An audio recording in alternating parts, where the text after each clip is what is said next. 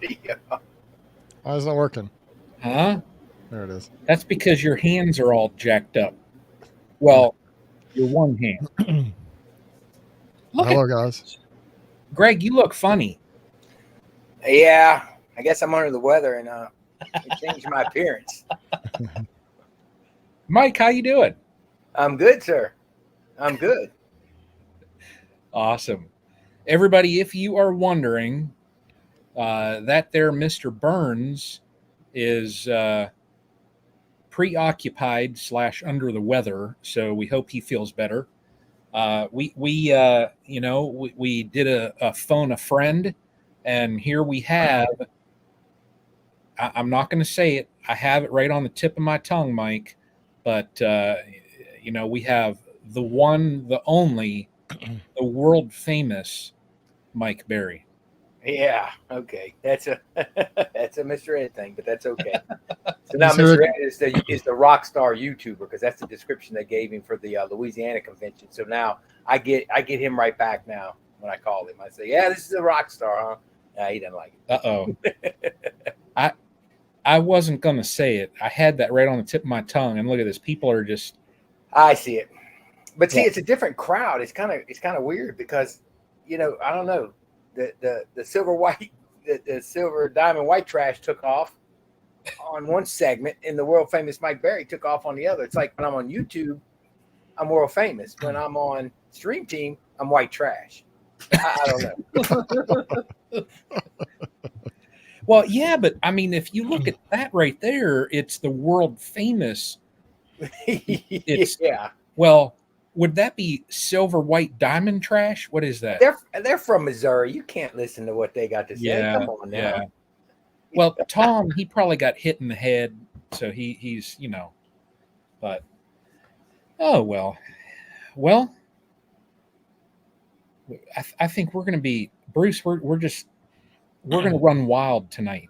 We don't have Greg to keep us reined in.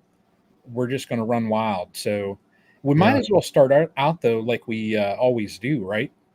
Sure. Why not? Well, so I would imagine since we have a world famous guest here, we might as well start with him, huh?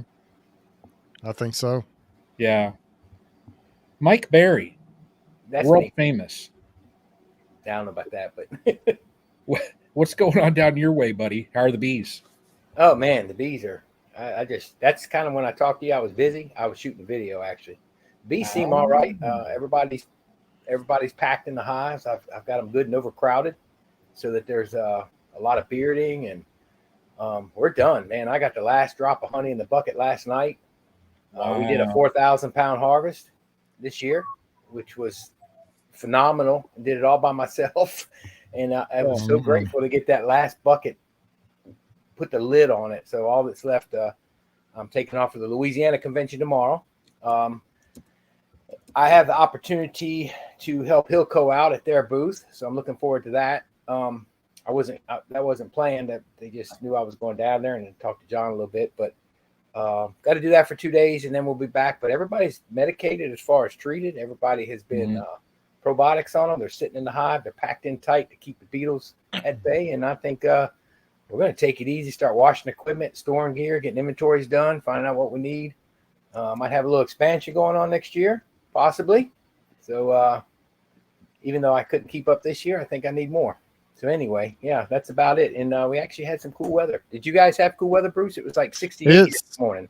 Yeah, I got that little hint. It's got that little hint of just whatever that is when the fall comes in, that little feel in the air. I'm not sure what it is, but it doesn't feel, it doesn't feel like fall necessarily, but it's just a little bit of a breeze, a little bit of a cool, maybe not quite as humid. I'm not sure what it is, but you could tell.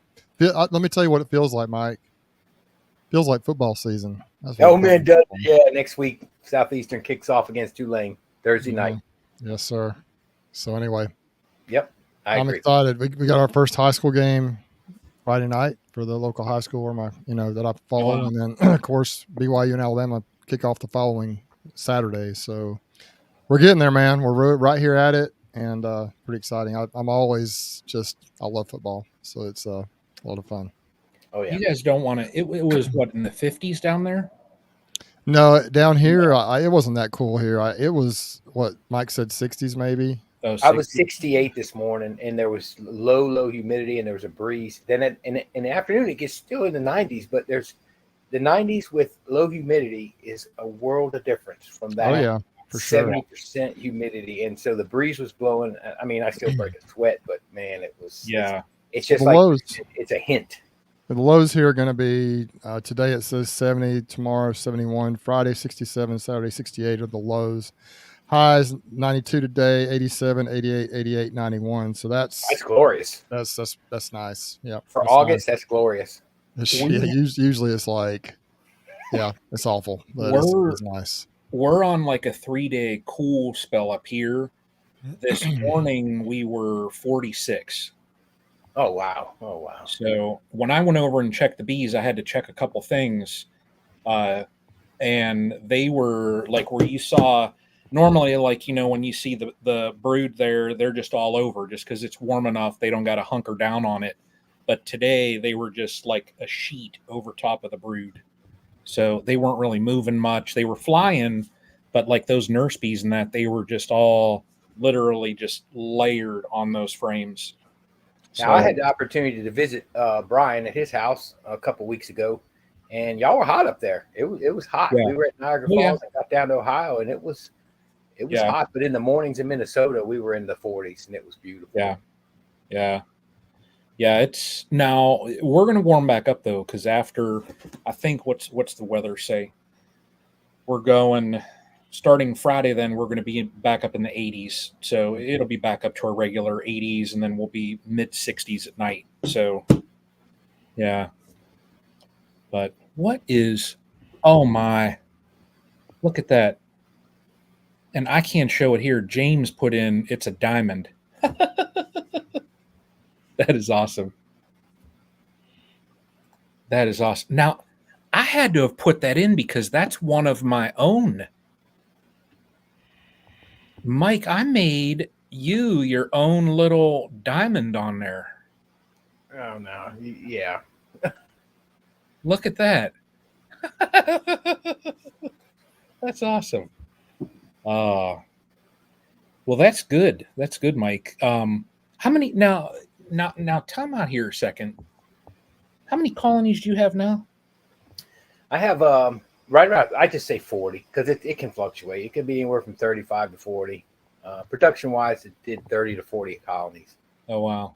Okay. But I'm very, Bruce last year was several streams and some videos talked about intentional beekeeping.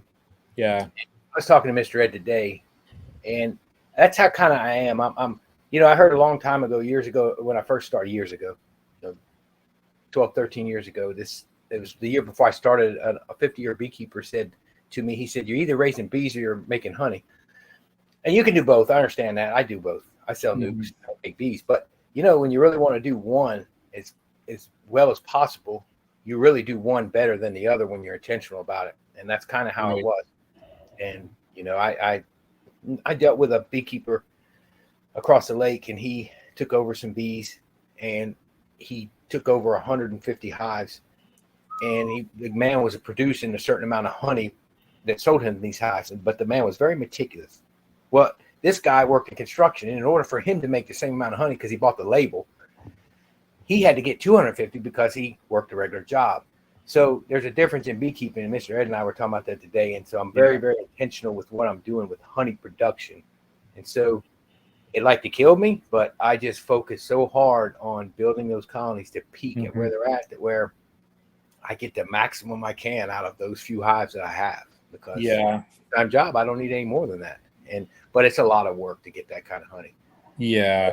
Very average tallow flow this year. Very, very average. But I was blessed. I was so thankful as the numbers were going up. And we had a 700-pound, 800-pound spring flow. So that really kind of set it off right there. Yeah. Wow. And Bruce saw it. Bruce saw that privet. It was, you see that kind of flow. I've seen one other flow that was close to that. It wasn't quite that, but we only see them every few years. We see a good heavy privet flow. But this one, Bruce saw it. We talked on the phone about it. It was phenomenal. Wow. Good stuff. I'll be curious to see what you do next year now. So Yeah, it's going to be. I'm going to shift gears a little bit. Honey production is hard, and when you're by yourself, and it's hard enough to keep your bees going to where you can peak them without swarming them all and get them right. You take them on that ragged edge. You run them on that ragged edge of a line to keep them in the box, but yet peak them out and you don't know if you get a spring flow. If you get a spring flow, then everything gets thrown off, because now you've got to still keep them in the box for another month to get to the next one.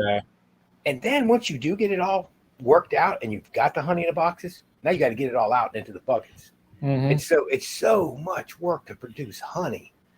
Yeah. And I'm just leaning towards producing bees. I don't know. It's a different. So you, like that man said, you're either making honey or making bees. You're doing one really well, and you're doing the other one just keeping it going. And that's I got to see if I can shift gears.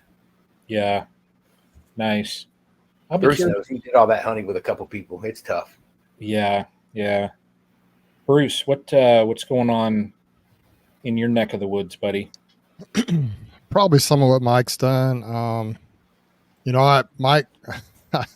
I'm about probably where you're planning on going, so I get it with not just having a difficult time getting it all done. But fortunately, I've been able to talk some people into coming and helping me with all that physical work of pulling the honey.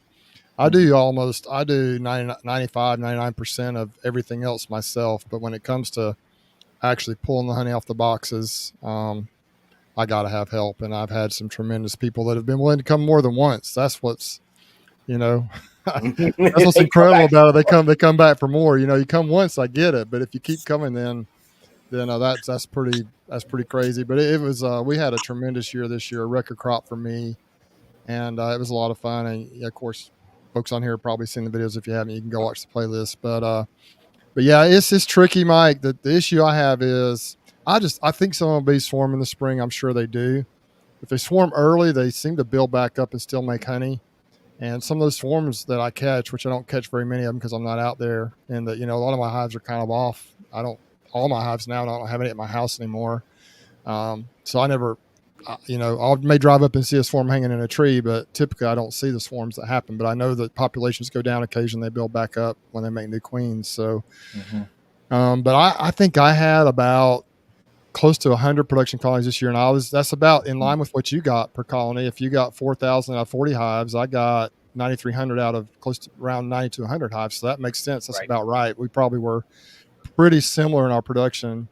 You may have had, I don't know if you may have had a little more per colony than I did. I don't know. It doesn't matter, but yeah. So what we're doing is I just got the apple strips out of the ones that we pulled when we harvested honey, but I have one bee yard. I didn't get them in until a couple of weeks later, 2 or 3 weeks later. And so at the cell tower, I want to pull those out this coming weekend.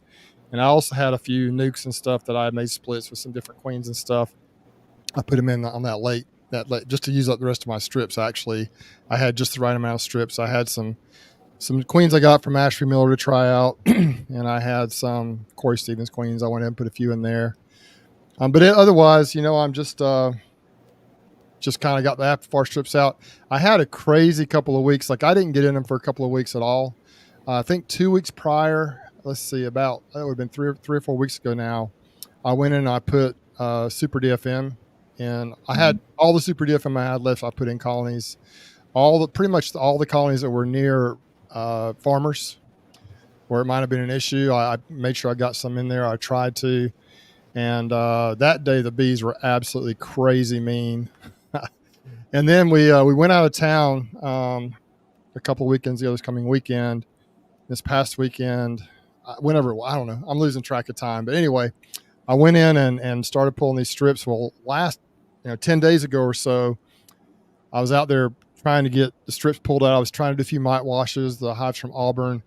Then a guy was coming from north of Atlanta to buy some 5-gallon buckets of honey from me, and he got in town a little bit early, so he called me. I was in the middle of doing Appling Farms, and I knew it was going to be a really hot day. I could tell when I got down there, it was like in the morning, pretty early in the morning, and it was already hot. And so I got out there, and Appling Farms started going through those hives that Auburn did the testing on. I was pulling apple strips and checking for mites, and he called me, and he was basically here. He was up at the farm where the honey is, or he was on his way there. So I was like, well, so I left there. I went up, got, of course I can't just do the business and then leave. I got to talk for a while. My brother came over. We chatted for a while. I had a really nice conversation, just a really nice guy. And then I decided, well, I'll go on up and go ahead and pull the strips in up around, the farm, and then up in Ozark and Midland City. Mm-hmm. By the time I got over Midland City, it was probably 2 or 2:30 in the afternoon. And I don't know how hot it was, but it was hot. And I posted a little story, I think, on Instagram, Facebook. I was about to be in trouble. And so I had to just leave and let it go. And so the strips stayed at Appling Farms probably maybe a week or two longer than they should have. Went back down there this past weekend and got that taken care of. I started filming. My idea was to film just a video there at Appling Farms, call it a day and just be done. But I ended up, this video is 2 days worth of footage. It's going to be all kinds of crazy stuff. And so this past weekend, I got the strips out of everything except for the cell tower bees and those late strips I put in. And we're just going to see what happens. I'm kind of at that point to where I'm actually a little burned out. I did try grafting again this past week, and I wanted to see. I have one of the Michael Palmer queens left from last year, and she's done tremendously well. Super calm, beautiful bees, wonderful bees, just almost to perfection, the type of bees I want. So I went up to Ozark. It was in the evening time on Saturday, and I talked to Greg on the phone earlier that day. I kind of set up a starter colony. I think it ended up turning out really well the way I had the starter colony set up, cell starter. And then I tried to graft, and for some reason I could not see. The first time I grafted early in the spring, I had a really good success rate, 26 out of 30. And I could see, it seemed like I could see them, even though I didn't have a magnifying glass, but I was able to see the larvae. Well, Saturday or Friday it was, I couldn't see them. Like I couldn't really tell if I was flipping them or what. And I ended up having, I'm not going to tell you the amount, because if I decide to do a video on it, you'll see what the actual take was. It was not good. So I think I just flipped a bunch of them, because I went up there yesterday evening to check, and the colony was packed out with bees, had all the resources, honey, pollen, everything it needed. And I also left a frame of, I guess, probably young larvae in there, because they started making emergency cells, plus the cells that I put in there, the very few that they made. And so it was somewhat of an abject failure. So if you're on the stream team tonight, you'll know what the results were almost before the video comes out. So anyway, bottom line is I got a lot of footage I got to wade through. It's going to be basically an August beekeeping video. It might be a little bit on the long side, but it's going to go through everything that I did the last couple of weeks. I hope it's interesting enough to keep people on board. One of the things I did this past Sunday that I really, and maybe in my opinion, one of the most important videos I've ever put out, was the one with Bracken Barker, the young man that came down and helped me harvest honey this year. He just tells an absolute gut-wrenching story of some difficulties he had in his life and how he overcame that, and how the bees really actually, he gives them credit for helping to save his life. And if you haven't seen that video, it's one of the most, interview videos don't usually do very well on my channel. They do okay, but not like the other videos do. If you haven't had a chance to see that, the most recent video I uploaded, it's worth a watch. It's not because of anything I did. It's him and the story that he tells.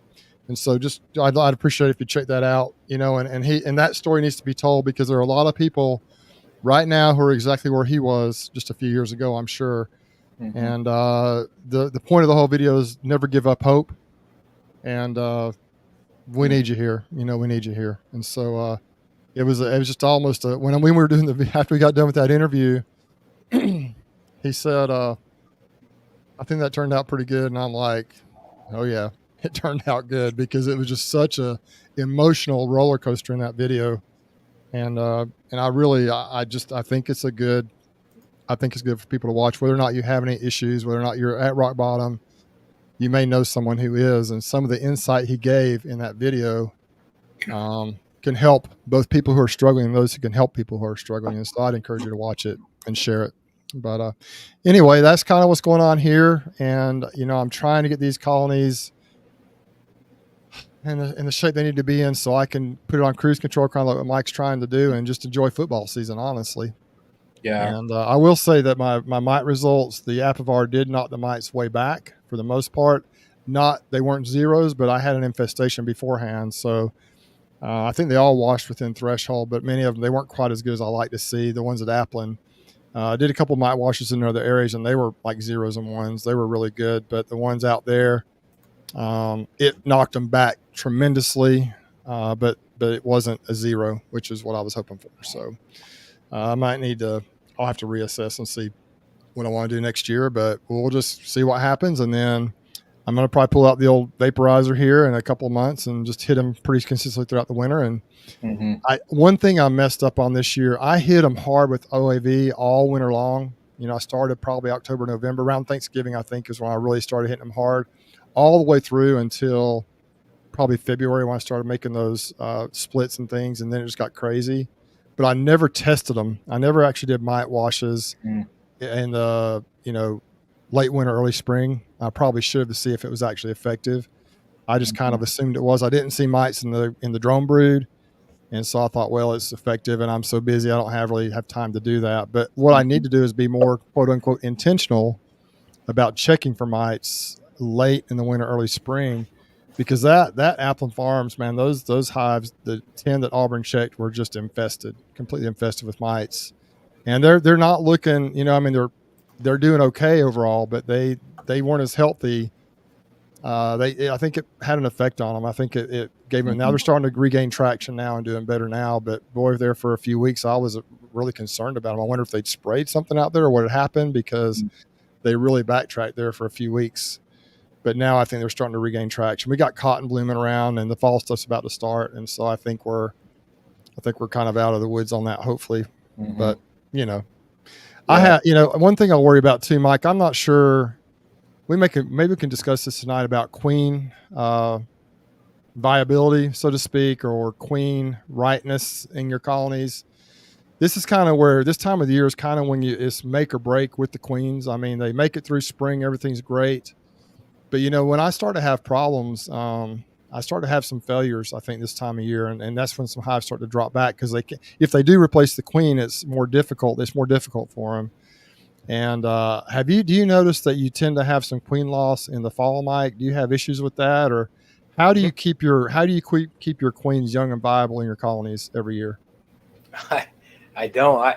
This is the time I do lose them. This is the time when we have a problem, because first and foremost, if they do requeen, getting them mated it's 70% failure to get them mated right now this time of year. Birds are honed in on the hives by now. You got dragonflies galore. The drone congregation areas are down on numbers. You may get inferior queens. Remember, they outfly their own drones. They go about a mile to a mile and a half, or your drones go a half mile. So who knows what they're getting into. And then as far as you don't see it because they drop off so fast. You may have lost that queen during the flow when it was coming in so heavy. And so what happens is I see them die off around August through October. As far as keeping them viable, it's just about the aging the queens, and when I make my splits in the spring. I don't, at this point in time, if I start seeing a failure in August or something, I combine them. It's just no other. I'm not going to buy queens this late because the acceptance rate is going to be tough. It's just hot. It's terrible. It's the worst time. And yeah, man. I just starting to see some of that, and I kind of every year I've semi-panic when I start seeing failures and loss, because I'm like, man, I just need to come out to spring with a certain number. And this year I think the failure has been lower than typical, but still it's like, I just want these bees to be strong. I don't want to see failures. Let me tell you kind of a funny story. I wish I would have videoed this. I didn't. It was right before, it was kind of when I was getting started in that bee yard where I almost had a heat stroke a few days ago, but the first two colonies I went in were splits we had made this year, and they had done okay. They weren't super strong all year. I can't remember. We might have gotten a little bit of honey off of them, but I think both of them were in either a deep and a medium or a triple medium type configuration. First one, I pulled the lid off, and you see that slime in the top. Oh, well, this is a dead out. So it was really interesting, though, because normally when you see that, you tip those boxes forward and you have like a quarter to a half inch of larvae squirming around all throughout the bottom board. Mike, you know what I'm talking about? But I flipped that thing up, and there were it was thick like that, but it was adult beetles. It was like a beetle congregation area. There had to be 3,000 beetles on that bottom board. So guess what I did to those darn beetles? Now the hive's dead, right? There's no bees in the hive. If there were, they were just just not very many. I took out the old blowtorch, the That's old what I do. propane torch. Man, if you want to get rid of some beetles, I it's fly kind of 'em. it's kind of sad, but it's not sad. It's kind of fun. I mean, it's kind of weird. It's satisfying. It's kind of sickening, but I just took that thing and I cooked them, man. And it immediately, as soon as it touches them, it just kills them immediately. So I wish I would have filmed it, because it would have been some really entertaining video for the channel, but I didn't. And then the next time I flipped forward, it was on the kitty corner on that pallet. These are the only two out there that were like this. The rest of them were, I didn't really see a lot of bees. It's kind of strange. I didn't see a lot of beetles in the rest of that bee yard. I saw a few, but not too many. But I flipped another one forward, same thing, except it was the typical larvae situation. So it was really bizarre to me. They were both dead outs on the same pallet, and they were completely opposite in what I found in the bottom of and of course I cooked the larvae too. That's kind of fun as well. I found I had a colony with an infestation the other day. I opened it up and 3 beetles. Well, no. This one was worse. Oh, it was real. It was real. Okay. It had like 5. Oh boy. So oh my gosh, yeah, you're in trouble. I mean, you're in trouble, Brian. I was ready to get the oil traps, the Swiffer sheets. I was going to hit them with everything. Yeah. So it's time. But get the beetle buster 2000 or whatever it's called. The beetle sucker 5000. 5000. Get that out. I mean, just think 5 beetles. Yeah, man. It was shoot. That's it's really anyway. It goes all the way back to the whole strong hive. It really, really does. I've gotten to where I always get the questions about this and try that, and I've given. I don't do any of that anymore. I look and I'm happy when my hives are bearding. I go, good. You know what? Yeah, me too. The beetles know. Dr. Harris was talking the other night about the pheromone that goes out on a weak colony, and these beetles, they congregate to that colony that's weak. If it's a strong colony, you can have 30 or 40 beetles, and they'll keep them. Oh yeah, they'll keep them caged up. So yeah, I've noticed. I noticed the other day when I was going down some of those strong colonies, and I have some that are just, Brian. The last video that Brian did, the hives, the bees are covering up the top of the frames, looking really strong. Yeah, well, that's what I like to see. And when I open up colonies like that this time of the year, and especially, you can kind of tell too, because even though my bees overall have been a little feisty over the years, they're calm. I mean, if they're healthy, they're calmer. They're more calm. Mm-hmm. And so I would see, I opened up, didn't see a single beetle. Then you look around the edges, you see them running over the edge and on the outside of the colony, because the bees have them all pushed to the outside, and they have them all pushed away from the actual colony itself. And then you also see, if you're manipulating the colonies, you get down to the bottom, those bees will, even if you're moving bees like into a nuke, for example, or whatever, and some beetles fall in there, you're moving them out of a nuke, or there's not hardly any bees left. If there's 4 bees in a box and there's a beetle, those healthy bees will be chasing those beetles around. They just can't. They just, they'll just be chasing them. They just really, absolutely like to harass those beetles, and that's how I guess the strong colonies survive. But it's quite the thing. I don't know if I've ever had a slime out or a dead out that had that many beetles. Normally there's just larvae galore. I mean, thousands, but it looks like just a bottom's covered with maggots. But I've never seen that many mature beetles in one place at one time, and they were all just like in a circle, like they were all literally in a circle, probably that big, and it was just like they were piled on top of each other right in the middle of the bottom board when I flipped that thing forward. It was crazy. Never seen that before. Wow. And there were very few larvae. So I don't know if those larvae just have been there long enough to kind of mature and whatever pollen had dropped down there and turned into mature beetles, or if they for some reason just congregated there. It was the most bizarre thing. But they are no more. I mean, they've gone on to meet their maker. Yeah. So anyway, but that's anyway. Down here, of course, we have that problem. This year I've used Grobex around all my colonies. And I've heard there's an Alabama guy, Alan Mills, that swears by it. That's what he does. And I've just been consistently all year, every few weeks, just spreading Grobex. And it makes sense that if you have hive beetles trying to reproduce and the larvae fall out, they fall into the ground and that Grobex kills them. And I really haven't had much of a problem with beetles this year like I normally do. But I mean, I don't ever, until we're in winter, I still worry about it. But now last year in the wintertime, they messed me up. But I think I had a pretty bad nosema problem up in Ozark last year. I think that's why my hives were so weak. up there is what I'm guessing. But anyway, enough about me and my beetles. I'm pretty good at Mike. I'm pretty good at raising mites and beetles. I don't know about bees, but I do a pretty good job raising beetles sometimes. Oh yeah, I can keep them alive for sure. Yeah. Yeah. Anyway, no, we up here this last well, it's been brewing for, I'd say, 2 to 3 weeks. We are in such an insane dearth in my area that I'd gone down and picked up some queens just because. Now, I wasn't going to pinch them, but my colonies that I had 2023 queens in, I was going to replace them with ones from 2024. So I figured I'll just get it done now. It's August. There's still enough time that I'll just move my older queens over to my little resource colonies, bank them in there with a couple frames, and then if I have any issues, I can just combine them back. And I'm not doing like I did last year where I pinch them all and then I'm, up a creek. I went through the first colony, and it's one of the ones that I had a virgin that had mated, and I just wanted to look real quick, and they're all in single brood. So when I do that, I pop that super off because I'm leaving a super, that way they have food. I popped that off, grab a couple frames. I saw that was good, and I was in that colony 2 or 3 minutes. It's fairly quick for me.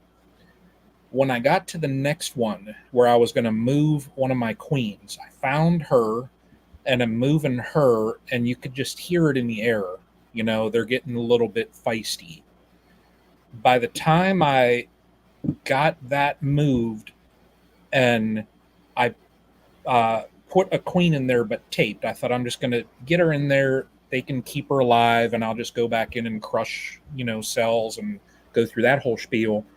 By the time I got to the next colony, I was like 2 frames in, and I'm looking, and like each hive body, the front of them, it's just mound gobs of bees in the front, and they're just fighting like crazy. And I'm just like, I couldn't go on. I ended up having to pull frames out of a super and just bank my queens. And today then, so that was Sunday. Today I go back over and I'm like, well, I'll see what I can do. Bruce, thank you. And very close. There's still one queen that I have banked, but they started fighting like mad. I had a couple where they found one little teeny way to get up in, and I got tagged in the ear, and I had one go down my pants, and I'm like, man, this is, so they're just, it's that time of year though. It's August. There's nothing out there, so they're grumpy, it's just that time of year, and I decided to pick the wrong time of year to play around with them. So, but well, that's where we rest. We rest down here. When it comes to August, I don't even bother with mine. I pulled the last few honey boxes when I got back off of vacation, and I pulled about 14 or 15 supers, and by the time I got, I don't know, 10, 15 of them off, the robin was out of control. So I don't even open them things up now. I'm like, if they're still kicking and there's still tons of bees on the front, they're queen right, I'm leaving them alone. I weigh them just like I would in the wintertime. They got food for the dearth, and I move on until fall. And I don't even open them fall if I could help. I don't, it's just awful down here this time of year. I need to go and refill their buckets tomorrow. That's the only thing I'm going to do tomorrow, is just make sure they've all got syrup, because, and like Bruce said, I mean, my colonies, there's a couple of them that aren't quite as large as the others, but, I'll manage it. But for the most part, like my production colonies that I had, the ones that made me some honey this year, they're packed. So, and they're angry now. We're in a dearth. Mm-hmm. They're messing around. So, but it is what it is. So, yeah, but we'll see. So what do you gentlemen want to talk about? Oh, I'm a guest. Why don't we have folks, if y'all want to have any questions, go ahead and put them in all caps. And if we have any questions for any of us or, Mike, our guest tonight, or any of us, just throw them down there. Hey, Mike, I will say I enjoyed, you did a little live chat on Sunday evening. That was kind of fun. It was a lot of fun. I do them every now and then, just like, so I wanted to announce that I was going to the Louisiana Beekeepers Convention. In case there are any Louisiana, Missouri, Mississippi folks that are going over there. And I just do them every now and then when there's something that I want to announce. And I usually stay on about an hour. I do it before somebody else's chat so that I don't interrupt theirs. And, I usually get about 100 people on and we just chat about whatever, I showed around my honey house. It's fun. I enjoy it. I don't do it often. Probably out every 3 or 4 months I'll do one. And it's fun. I enjoy it and everybody else enjoys it. So we have a good time. I had no even clue until afterwards. I got in, I got into YouTube and I saw that you had a live and I'm like, Mike Berry went live? Yeah, you gotta hit that notification bell there, Brian, or you don't, that's how you know. So I did, but I've been so busy with just other stuff. And now I got to show one picture. I got to show a picture. So here we go. Okay. Are you ready? Let's see it. I got to show that picture there. Oh yeah. So I've been busy with getting my daughter married off. Well, that's what really matters, man. That's awesome. Yeah. So I was just so like in the last week, last 2 weeks, really, we've just been so slammed busy that I have had hardly zero time for other stuff. So yeah, it's been crazy. So, but I have that notification on, Mike. It's just, when I'm crazy busy. It's last minute for me. Like, again, it was to tell everybody I was going, any Louisiana folks, I was going to the convention and that I was going to be at Hillco's table. That was a last minute deal that I was offered. Mm-hmm. So, they could find me, come on by, let's talk. Because I enjoy, I enjoy talking to people and, meeting them, especially YouTube folks. So. Well, Brian, we got a couple of questions. Got a couple of questions in here. Yeah, that's what I'm going to say. You got some caps in there. You better answer them before they get past us. I see that. Look at that. Anyone ever successfully overwintered a resource hive? If so, any tips? Mike, have you ever messed with resource hives? No, I just keep a few nukes around, and down here I can keep 2 frames of bees alive in our winter. Yeah, I don't.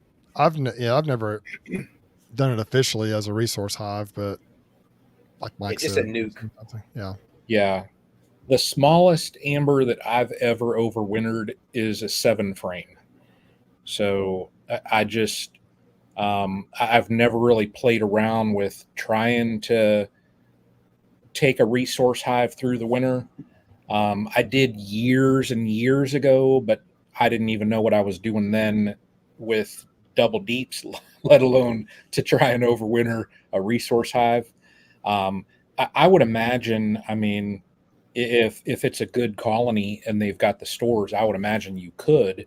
But I typically, once it gets to a certain point, I'll look at other colonies and combine stuff out. That way I don't have to mess with them through the winter. That's usually what I do. So I kind of like what I just did. I'll kind of bank queens in there. And if I have things that don't take, then I just combine back. So I'm not going to do like I have in prior years and pinch stuff. So, yeah. I saw another question there. Oh, there's a few. There's a few now. Look at this. Mr. Jason, who uses triangle escape boards? I didn't have great success with them this year. I've always used fine boards. I think it's fume. I'm sure it's fume boards. Yeah. Fume boards. Do either of you guys probably don't use the triangle escapes, do you? Bruce has. Bruce used them years ago in that yard that you were keeping them up, and he did great success with them. Yeah. So I actually kind of prefer escape boards as far as it's just so easy to, when you get back there, to pull the honey, but now setting them up can be a pain. But I have both. I've got like 50 or 60 skateboards. I got a bunch of the triangle ones that I used to use, and I really prefer the black ones from Saracel. They've got the funnel system, kind of like what Ian uses. I think that's what Ian uses is the funnel ones. Yeah. Now his aren't plastic, but those things work really well. But I've had tremendous success with them. I did it this year. I did like if you watch that first video when Bracken was here and we had that crew pulling our record honey harvest, I went out, I think on a Wednesday evening or a Wednesday. I think I had that Wednesday off. There was a funeral or something going on, or I can't remember what. Yeah, there was a funeral that morning. And so I took that day off. That was the day that Auburn Bee Lab took their samples. Anyway, I went out and I set up quite a few of my colonies with the skateboards just to try them again.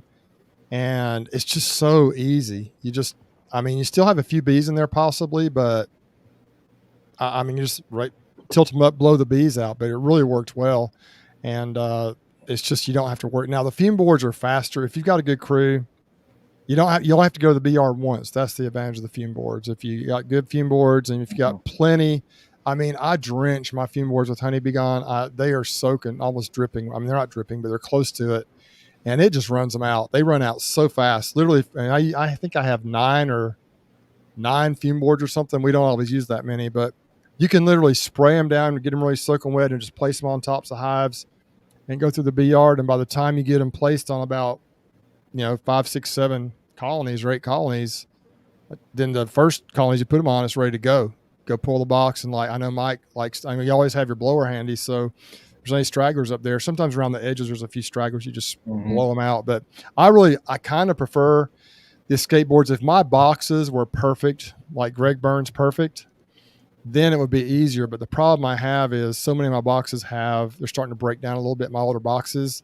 If there are any holes or any damage to the boxes where robbers can get in, then they can just rob all the honey out of there, especially if you're in any kind of a dearth or if your honey flow's ending. So that's the danger of it. If your boxes are perfectly sealed, man, I love them. They work great, I think, anyway. But it's an extra day's work. It's just, if you got a good crew, or if you can honestly go faster with fume boards, just one trip to the bee yard. And that's kind of what I'm going to settle on, as long as I'm trying to do this and work around work, so to speak. That's probably what I'm going to continue to do. I tried it this year. It's just an extra day of work going up there. And it's with this many colonies, it's difficult to do. Yeah. I've never used them. I have a couple and I've never used them. So, well, the way I did it originally is I used to just take them out frame by frame, bump the bees off on the ground, put them in a box, put the lid on real quick. And then I got too big to do that. So then I used the skateboards. And then I really got too big to try and do that almost with the labor I have. If I had 2 or 3 of us out there going applying them, it's one thing, but for me to go apply them all myself. And then I really learned more about the fume boards and just really haven't looked back. This year we tried it, but it's just, fume boards are just so much more efficient and faster, in my opinion. Yeah.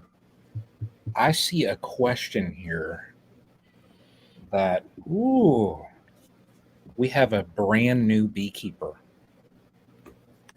And now I've got to say, when I put this question up there for the person who I'm going to post this question for, just know that the world famous individual that we have here with us tonight will not tell you how to do.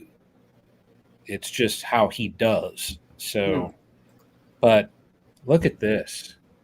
Plan on starting in the spring. Welcome to the hobby. When should I get my bees? Mike Berry, world famous. What do you have to say to Amy? Well, it depends where she's at, but I would say she needs to start looking for nukes packages, whatever she's preferring to do now. Like by September, most of the folks are starting to take orders and deposits in our area. I'd say it's probably similar to your area, because I talked to Greg Burns about packages at one point. He gets them here in March. Well, Darren, you need to start talking to him in September, October about getting your stuff ordered.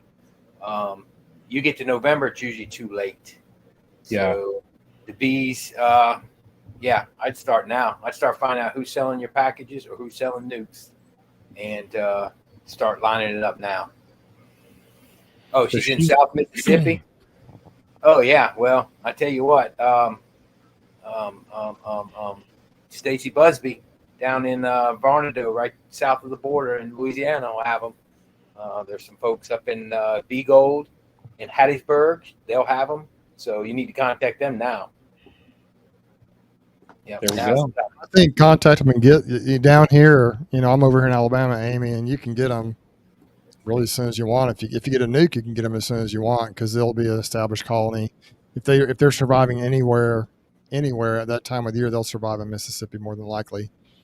February, March, April is probably the ideal time, I would say, to get them. It's hard to get them now from the producers. That's the problem. They're not gonna start grafting their queens until down in Florida they'll start mid-February, and down here they'll usually start around the 1st of March. So most of the sales, the earliest you can get packages and stuff down here is packages maybe in March and end of March, and then April you can start getting nukes. April's probably the go-to month. April and early May would be the go-to. But they want them reserved. They by November they're almost all reserved. That's the issue. Yep. Yeah. Good stuff. So there you go. There you go. Look at this.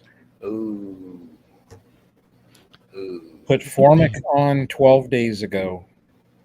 Have a colony that looks like they're making swarm cells. Are they swarming or are they emergency cells from the queen loss? How hot? It depends on if it's hot there. It's probably, I would say, the latter. Yeah. Or they might be superseding. I think he's in Kentucky, if I'm not mistaken. Is Morris homestead in Kentucky? It's probably hot. Yeah. If it's over 85 degrees, or if the colony's too small, it's tough. Formic can be really tough on them. Yeah. I've found that when I've had to go to using Formic, and I've only ever used Formic when I'm in situations where after my standard IPM does not work, and I'll do a wash and I see just there's a colony that has this astronomical amount of mites in it, I will only use Formic in those type of situations. Now, what I always tell people with Formic, because I was just actually talking to somebody down at Greg's the other day about it. I told him, I said, just know that if you have a queen that's kind of teetering, Formic will solve that situation for you. Yeah. So true. And it's not necessarily bad. I would say this time of the year though, it's a little tough. Yeah. If there's not a lot of drones. Now we still, honestly, Mike, you were mentioning drones. We still have quite a few drones here I'm seeing, but not like it is in April and May, but we do still have quite a few. But it's what it's going to do. From talking to Tom Nolan from Formic Pro, or Nod Apiaries, or whatever it's called, Nod Industries. What's it called? Nod Apiaries? What's it called? Anyway, the creators of Formic Pro. From talking to Tom, there are some commercial guys, I guess, up around where he's at that use it, and they anticipate an X amount of queen loss every year. But I think the opinion is those are probably weaker queens that were kind of on the way out anyway. And so they just kind of figure that into their treatment plan, and they just roll with it. You're going to lose some queens every year. And if the Formic, if it's kind of a weak queen, or if it's too hot, it might not be bad for them to go ahead and supersede that queen. And go ahead and just, what I've seen with the couple of times I've used it on a few colonies is, it's pretty harsh on them the first few days, like the first week or so. You leave it on there for two weeks and you go back and check, and you have very little brood in my experience. But boy, those queens, I've even had some queens that were pretty spotty brood pattern before I treated, that come back and just lay with a vengeance. It's almost like it just cleans the colony out and the queen starts over. If it's a good, healthy queen. But I'm sure that I've had some supersedures from it as well. Yeah. I don't know if that answers your question there. But my guess is, I don't know what you guys think. I'm guessing they're probably either superseding her or just emergency cells, and they're going to requeen her.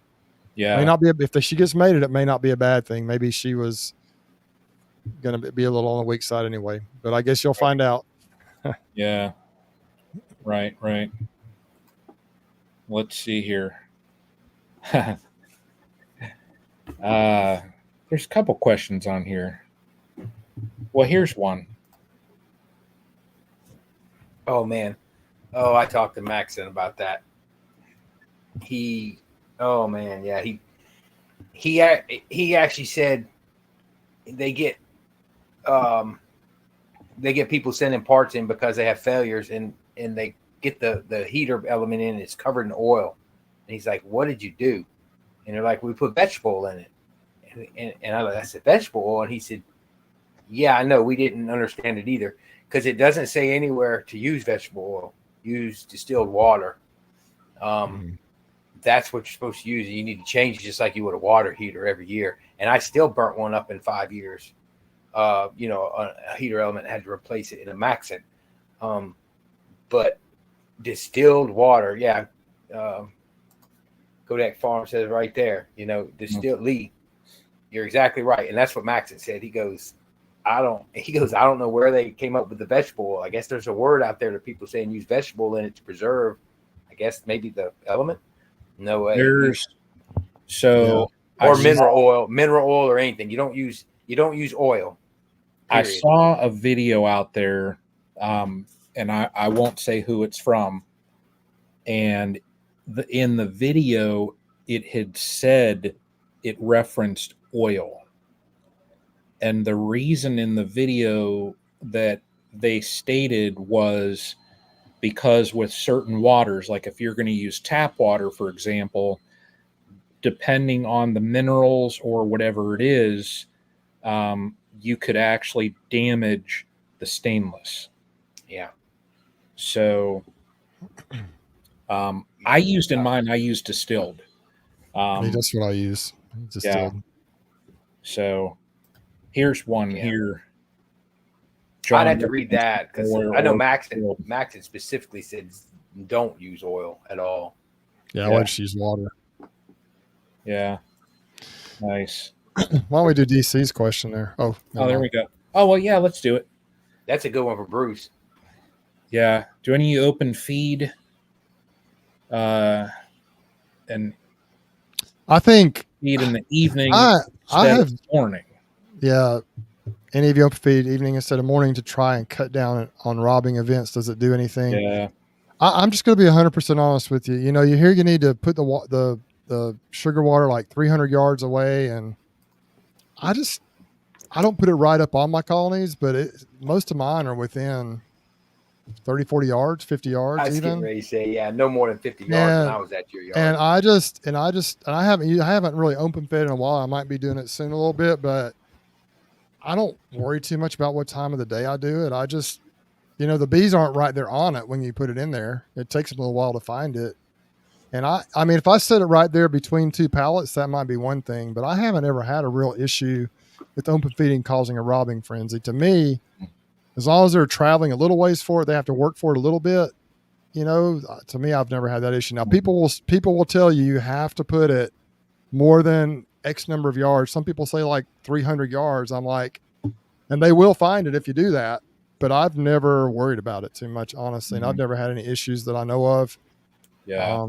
But I guess it's possible. We had an old guy down here locally when I was first in beekeeping, and he lived across the line over there in Georgia, and he was actually a full-time preacher for a small church out there, but he kept bees, I guess, to kind of help supplement his income. He was in this area, what you classify as a commercial beekeeper. He had a couple hundred colonies, I think. And I was asking him about it, or somebody was asking about it. He said, no, I'll just put it right there by the bee yard, and it's fine. And so I haven't really worried too much about it. I've had it really pretty close to my hives and never noticed a huge issue with robbing. But some people swear your bees will all rob each other out and they'll kill each other if you do that. But I've never had. I think the safe thing to do is to put it a long ways away. That's the safest thing to do. But me personally, haven't had a problem. I don't worry too much about what time of the day. I got to get there when I can. Yeah. And I've even in hive feeders, I've got them set up to where the in hive feeders are in the middle of the pallet, like they're next to each other. So I slide the lid out, however far the in hive feeder is. I started using those a little bit last year and a little bit this year, and it works well. And and then I fill them up, close the lid, and go on. And I've never had, the amount of time they're opened up, I've never had any real problems with it. So I've got kind of maybe it's just a brutal, maybe it's a ruthless attitude. Honestly, this time of the year, if a hive gets robbed out, usually it's a weak hive that probably wasn't going to make it anyway. And so I just don't worry too much about it. The strong colonies, they'll test each other, but they don't end up. Now, if it's a brand new nuke or something, then that is an issue. You shouldn't set up a brand new split or nuke that you've made to fail like that. But if it's an established colony that you've had for a while and you just want them to be, if you got 2 or 3 colonies, I get it. But as many colonies as I have, I just don't worry too much about it. I just let them kind of figure it out. That's just kind of what I do. And somehow I usually end up with a few bees at the end of the wintertime anyway, more than I need. So I hope that answers your question, DC. I don't worry too much about it, to be honest with you. I just don't get been out of shape about it. I've witnessed it. His feeders are like, I think they're less than 50 yards away. Oh, they are. They are. And those aren't. They are for sure. They're less than 50 yards. If some of them are like 30 to 40 yards away, that's about what it is. And I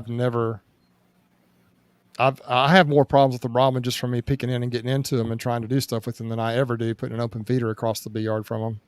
I don't wet supers right by mine. I stack wet supers probably 40 I do yards too. away. Yeah, if I have a dead out, I just tip it up and set it right there beside the colonies, and the bees are robbing it out right next to the colony, and they don't ever. I don't ever notice them. I don't worry too much about it. Yeah, but that's just me. I'm not telling you. That's it, Mike. I'm going to use your mantra. That's not how to. It's a how I do, and so that's right. I never have set out an open feeder just because, like where mine are at, it's sitting at my mom's place, and I don't want to put feeders out there. And I mean, plus it's 20 minutes away, so if I want to drive and check them, it's just I can't really have that. So that's why I've always used like the top feeders, and now I've gone to buckets just because it's contained. So yeah, never have. There's a question here that, Mike, I know you probably have never messed with a deep and a medium together. I have a few, but I don't like the config. I don't care for the configuration because of how I do my splits the next year and how I manage my bees. Only because that's migratory beekeepers use a medium and a deep, just because it's for size purposes on trucks, things like that. How many they get out to California, different. But for me, splitting, it's easier to split 2 deeps. But what he's talking about is I don't care how anybody keeps their bees, how they decide to configure their hives, what they use to make. Farms makes those gigantic frames, and hey, you know what? He found it worked for him in his place. Right. With me, it don't matter to me. You got to figure out what you like. Would I do it? No, because now I can't extract them. I have to build every single frame different now. And so Vino Farms has to do all that, and that's what he chooses to do, but he enjoys it. It's his deal. Yeah. I don't see a point in it necessarily. I don't see an advantage. I named him advantage. He's basically made a lay-ins hive with gigantic frames. Personally, I'd just rather make a lay-ins hive, and you're still getting the same insulation that Vino Farms is getting, but you don't have to. You can actually buy lay-ins frames, and now with I think John or the John. Other Lyson or somebody sells an extractor that holds those frames. Maybe it's Lyson. I think it's John. Yeah. So I mean, I'd rather go with the lay-ins hive rather than build that bee barn thing where I got to make those frames individually. But hey, each his own. How I see his point, but yeah, I think what Jim does at Vino Farm, I think his large frames, I don't think he will ever extract those, because he uses that more as like his brood nest, and then he'll throw an excluder on and he'll super above that. So where his frames are with the deep and the medium combined, that's his brood nest. I just never saw the point, I guess is what I'm saying. Like I don't see the point in making a frame that giant. Now you have to build them every single time, and I guess I just don't see the point of it. I think he had talked a little bit about swarm control and things like that, but yeah, a massive colony is going to swarm anyway.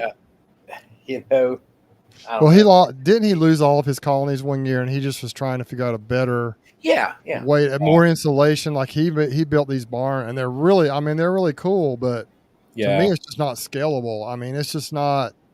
That's one thing, and I love my apiary hives, but they just don't work on pallets. You know what I mean? So I've got to have stuff. I've got to have stuff that really works on my situation, and so.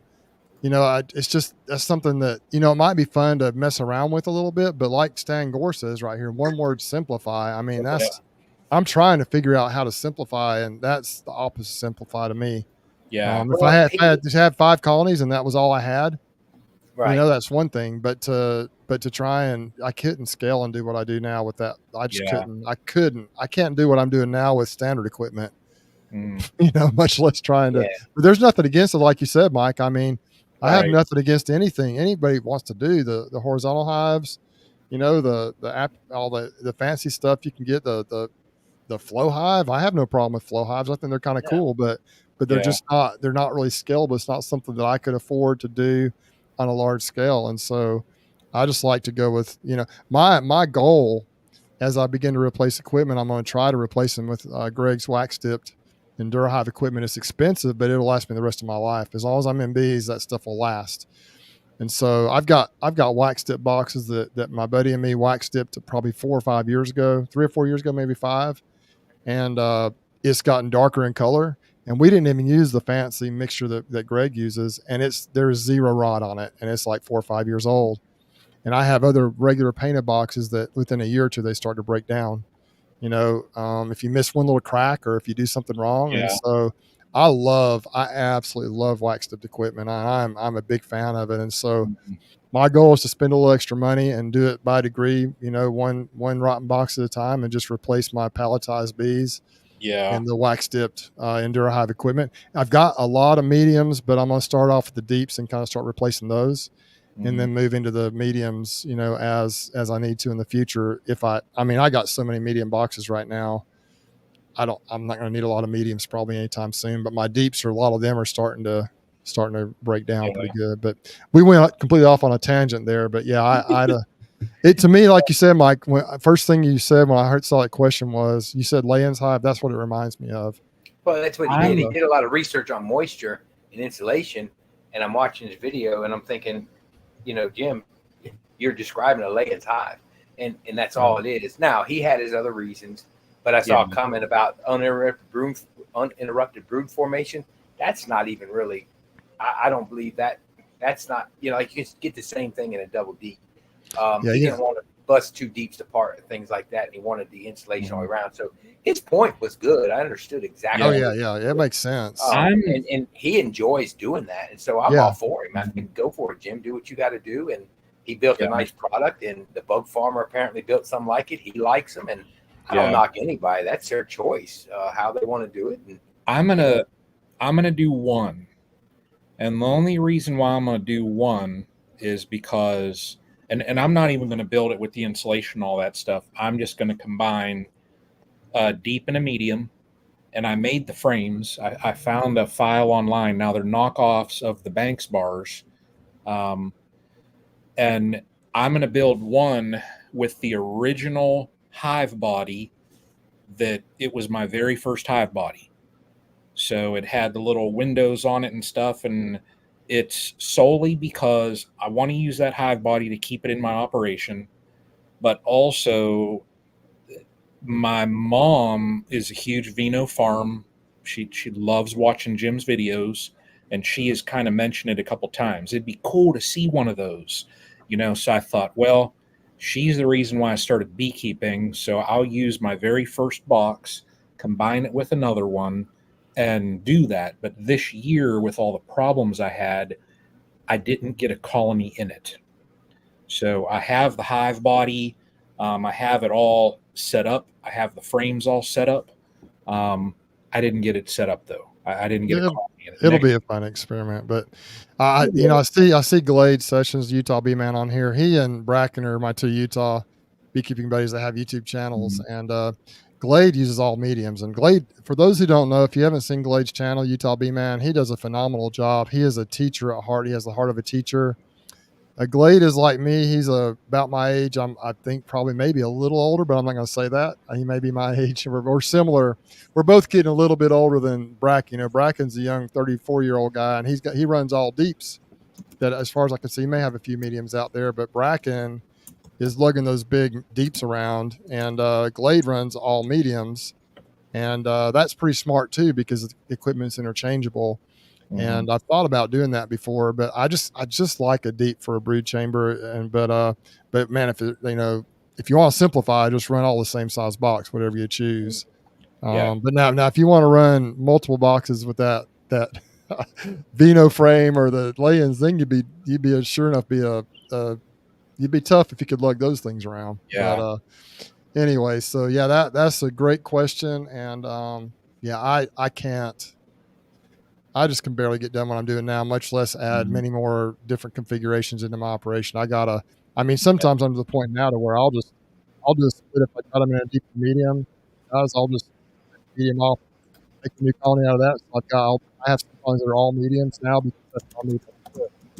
But I do prefer a deep box for a brood chamber if I can. And it's really always, like Mike said, it's aggravating if you're trying to do splits in the spring.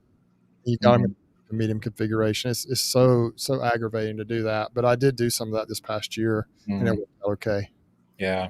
You know what Stan said too, I've somewhat gone that direction. Simplify things. That's why. Absolutely. Before I used to have 3 or 4 different style feeders. I had, 8 frame, 10 frame. I had all this, that, and everything in the yard. And it was always a pain because I'd always have to take, when it was time that I'd have to add supers or you're adding feed or you're doing whatever, I would always have to take a notebook with me and sit there and look out the window and write down what I needed.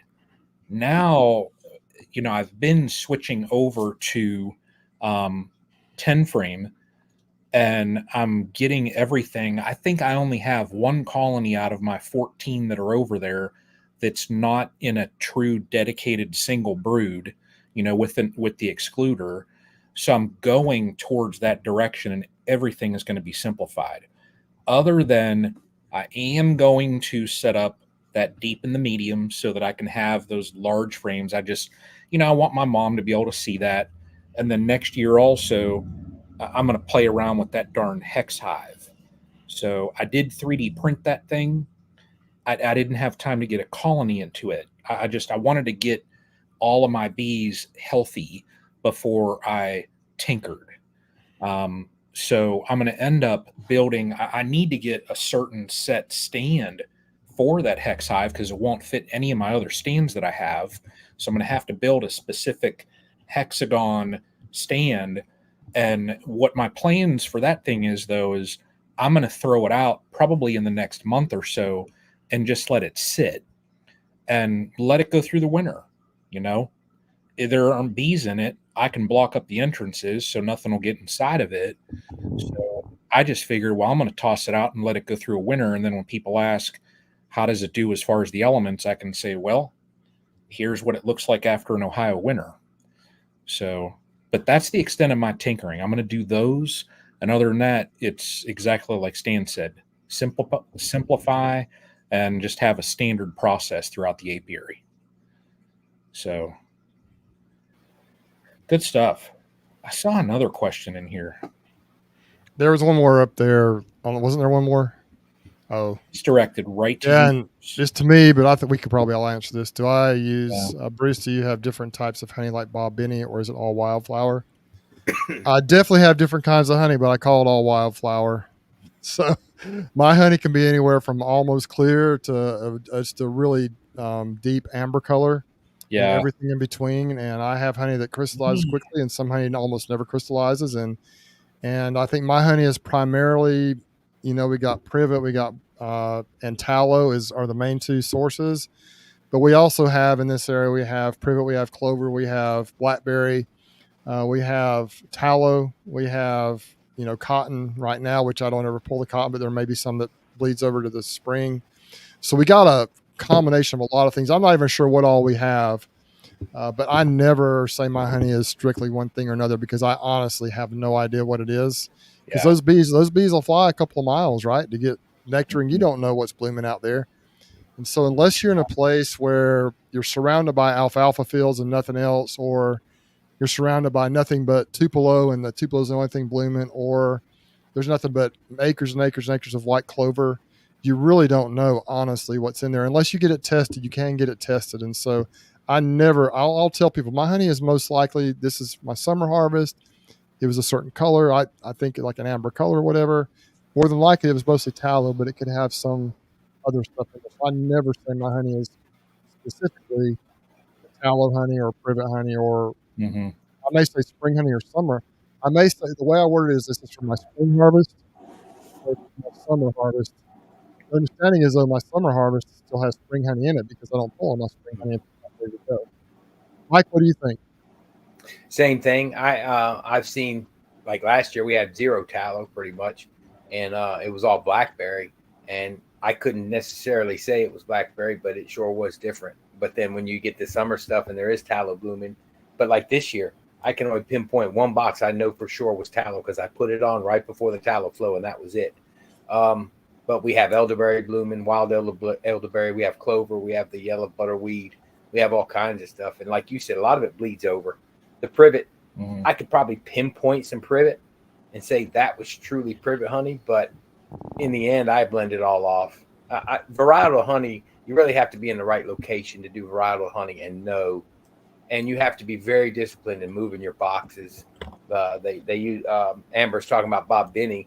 You know, if you watch him, he'll taste it and tell you whether it's basswood getting in there, and he'll move all his boxes off at that point and put everything on for the sourwood so that he can literally do varietal honey. And he's got a location where he can do that. So that's very, very hard for most beekeepers, especially smaller scale, to really figure it out. So I think rule of thumb, unless you're on an orange blossom orchard down in Florida or California where there's acres and acres and you can pinpoint something, varietal honey is only certain people can really do it, I believe. Brian, they said is my audio better now? I've just been checking. Can you hear me? Can you hear me okay? Yeah, I was just texting you. It was when you leaned back. I think your microphone was having issues, but I pulled it to me now. Okay, it's fine now. Yeah, you know, and like Amber, like here, I don't ever say I'm kind of like them. I don't ever say that I have like clover or wildflower or this and that and whatever. I label mine spring, summer, and then I label mine fall. And I'll have people that will ask me, what type of flower did they get this honey from? And I'm like, I don't know. You know, you kind of have a guess, but to say like a specific, who knows? I say things like when they're at the market and they go, oh, where's, what kind of honey is it? And I always say, well, it's wildflower honey. And I'll look at them and say, our main source is tallow right now. I'll do that. Yes. That's our main source. So it's majority that, or this tallow tree, or, trees produce the most and things like that. And just let them know that is the majority of it. And Bruce knows you can taste tallow just like all y'all can taste your honey. I know blackberry now. I didn't before. I know privet for sure. So you can tell them what the main source is, but to label it, we just have to label it wildflower.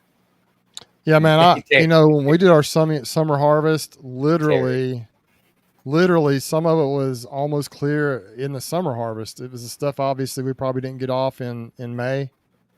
So that was spring. I know that was my spring honey, probably privet / blackberry / whatever else came in the spring. And then probably majority of it was tallow, and a lot of it's probably a mixture. When it's coming through that extractor and you got different boxes going in there, you can even see sometimes the swirl and the spiral of the different colors of honey going down through the tank, the uncapping tank. And so that's one thing I love about it is it's just, you just don't know. I mean, it's just a mixture, and every bottle can be a little bit different. I love that. That's one thing I love about local, just local honey is whatever's blooming, whatever's blooming is what it is. And it would be tough for me to ever be able to, I guess you can get your honey assessed and evaluated and they can figure out what kind of honey it is, but to me, that's part of the beauty of the whole thing. Doesn't that cost a couple $100 though to have that testing done? I have no idea because I've never had a desire to do it. So I don't know. Probably. I can be uncapping with my knife, and when I'm cutting that honey, I can tell you, I can almost pinpoint spring versus summer because that knife glides through so quick when it's tallow. But boy, when you hit that leftover spring honey, it just is like going into mud. It's like, oh my gosh, it's so much thicker. I still can't tell them it's this or this, but I just tell them what the main source was. That's right. Right. We were over in Savannah, Georgia a couple of weeks ago, 2 or 3 weeks ago, and man, I wish I could sell honey for what they sell it for over there. My goodness, it's so dang expensive. They sell, I mean, they're just basic standard per pound of honey is $20 a pound. What? And in a plastic bottle. So I'm like, holy, and you got Savannah Bee Company over there. And so they sell their stuff for a lot, but even there was a farmer's market at Forsyth's Park over there, and there were 2 honey producers there selling honey, and one of them sold in glass, just regular glass bottles. The other one just had it in plastic squeeze bottles, and they were both selling their pound of honey for $20. And they had wildflower honey, they had black sage, they had like 3 or 4 different flavors. I just wonder how they know. How do they know it's black sage? I don't know, but both of them have black sage honey. Both of them have wildflower, and they had 2 or 3 other flavors. I'm like, how on earth do you know what it is? Because I know the bees fly 2 miles. I know they fly 2 miles. Unless you have had it analyzed, I don't know how you can really say that's what it is. If you can perfect the waggle dance, you'd be able to communicate to them, and then they'd be able to tell you. Anyway, I love it. I love the idea of wildflower honey. I love the idea of not knowing what it is. Just the whole, to me, it just adds to it to be able to say, hey, this is just part of a little piece of nature right here where these bees are. Right. Cool. Yeah. This is a good question here. Well, one thing I asked before you even answer that question is like, the first thing I want to know is that how did they check for mites? That was my question. Yeah. To that question. Yeah. Patty, that's a good question. Yeah. Yeah. Check for varroa on 4 of the 7. No varroa. Pretty sure I had only nurse bees. Should I treat? Well, if you just looked at the bees, then if you could maybe clarify in there, Patty, if you actually did an alcohol wash or just a wash of the bees, and that's what your results were. Yeah. Then you may not need to treat. But if you just kind of looked at the bees and you didn't see any, then she did alcohol. Yeah. If you did the alcohol wash and you don't see any mites, then you're probably, I would say, what do you think, Mike? I'd say probably okay. May want to just check the other 3. You could check the other 3 and see. But if you have 0 mites. Also depends where Patty's at, because I North Carolina, I went to speak at the North Carolina Beekeeping Conference. What a great beekeeping association, by the way. And one thing Greg Rogers was talking about was checking and when you check. And you got to make sure it's when the mites were peaking, And so he showed a number in April and May for them up there. And I like what Utah Bee Man just said. Glade Sessions just said, check again in a month. Because what Greg Rogers found was, when your bees peak, that's when there's exponential growth. So, okay, Patty's in Southeast Ohio. So it's probably a good time to check. But the exponential growth and the numbers he showed in April were like, it was crazy. It was like 14 mites or something like this. I'm just using an example. I don't remember the exact numbers. And then it was like 18 mites. Well, then the next month, it like over quadrupled with mites, because what happens is all that brood starts blowing up, and those mites.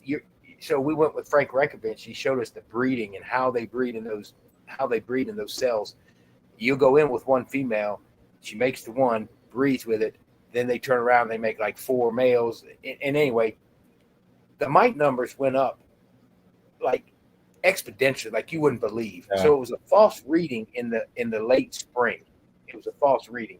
So you like Utah Bee Man said, you got to check again in a month. At this point, like Bruce said, I'd say no, don't worry about it, but I would check in a month just to be sure that you hit the peak and that you've made sure that you're really getting a good reading on those, and you're getting nurse bees off of open brood. When you're pull it open and capped is what you want to pull those nurse bees off of. Yeah, I would agree with all that. Hey, Yeah. Stan Gore earlier asked a question. Zach Heinzel was on here, so it's a good time to answer that question. He asked, "How are the bees from Hawaii doing?" And since Stan asked the question and Zach is the one who sold me those queens, I figured I'd go ahead and take an opportunity to answer that question right now. The bees from Hawaii did extremely well. They came, I got them in late February, and they just blew up. They blew up into double deeps very quickly. I actually split those down again, and when I grafted, I think it was late April or May, and I put my queens in some of those, and the Hawaiian queens, even the ones that I split, went ahead and made me some of them probably 3 to 4 boxes of honey, even after I split them. So they just did absolutely phenomenal. Most of them there are a few of them didn't kind of fizzled out, but you kind of expect that. But almost all of them, a vast majority of them did really well, and I got a lot of honey off those bees. Actually, now some of them are starting to fail just a little bit. Most of them are actually in Appleton Farms, where I had that mite infestation. And Zach told me when I got them, I needed to be sure and treat them for mites. And I did not do it until it may have been a little too late. So that could be part of the reason for some of the failure there. But they are extremely gentle. They're really good bees, nice bees, and high producers. And the real test is going to be, I got those queens, I think, in late February. And I don't know about longevity, but for this year, they've done extremely well. Heinzelman apiaries. Zach is actually in the chat here. He was in here a few minutes ago. I saw his name pop up. He's still here. So if you want to reach out to him, you can just he works through Facebook. You have to go on Facebook and just type in your Zach Z-A-K Heinzelman or Heinzelman apiaries, and I think it pops up if you want to ask him any questions. Yeah. Zach breeds a lot of queens for commercial beekeepers, so he doesn't always have queens available. But I do think he'd have to clarify this. I think he may have some kind of in these off months for the commercial guys. Because in Hawaii, I think they breed queens pretty much year round. And so it's tough to get them, I think, in the spring from Zach. Maybe you can clarify on here, Zach, but this time of the year, if you want to make some fall or late summer splits, it might be just reach out to him and see what he says. I think he may hook you up, or he can tell you what his situation is. But I've been pleased with them. They saved me this year because I had a lot of loss last year up in Ozark, lost most of that bee yard up there. And I'm acting like Trump here doing this, but anyway. So Zach, he did it. I was impressed with those queens. I believe they're Cordovan Italians, which means they're going to brood throughout the wintertime. And they never breed back like the Caucasians, Carniolan, Russian type bees. They do. They're basically like Italians on steroids. I mean, they just continue to plow through. That's one reason I think commercial beekeepers like the Cordovan Italians so much, is because they're just heavy on brood production. They're great for, and Zach, I hope I'm speaking in turn here, but they're really good for pollination because they do build up early and quickly, and they are also good for honey production because they just blow up. But they do need to be treated for mites. That's one thing he emphasized to me when I bought them. You have to treat them. Anyway, yeah, see, Zach says brood factories, and that has been the case. I mean, literally, I put those queens in those colonies. Split them into nukes, like in late February, I believe it was. I remember it was cold. It was raining when I pulled those splits, put the queens in there. Go back, you can see the video. And literally within, I think, 2 weeks, I had to put them in singles because they had as those queens came out of the cages and filled up sheets of brood, went right to work. And literally within, I think 10 days, probably 2 weeks, I had them in a deep. And then I almost immediately had to get them in a double deep. And they drew out the foundation, everything. And I was feeding them then too, because we didn't have our honey production starting yet. So I did feed them. And then I was able to make splits on many of those. And then they made me a fair amount of honey. So I appreciate Zach being willing to get me those queens. And he is very reasonable on his pricing as well. So I think, I had a good experience with Zach and his queens. And I recommend if that's the type of queen you want, then just reach out to him and see what he has to say. So hopefully that answered your question, Stan and Zach both. I answered both of you guys' questions. You're both in here. Good stuff. Well,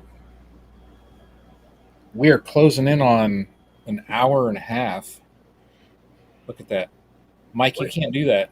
No, I don't have that ability. I don't have that stream team superpower, man. Oh, look at that. Look at that. Teach me, Brian. Teach me. Look. That's what I did right there when I heard that you were going to be on the stream tonight. I was just like this. I'm like, oh my gosh, look at that. It's like a celebration. See? Yeah.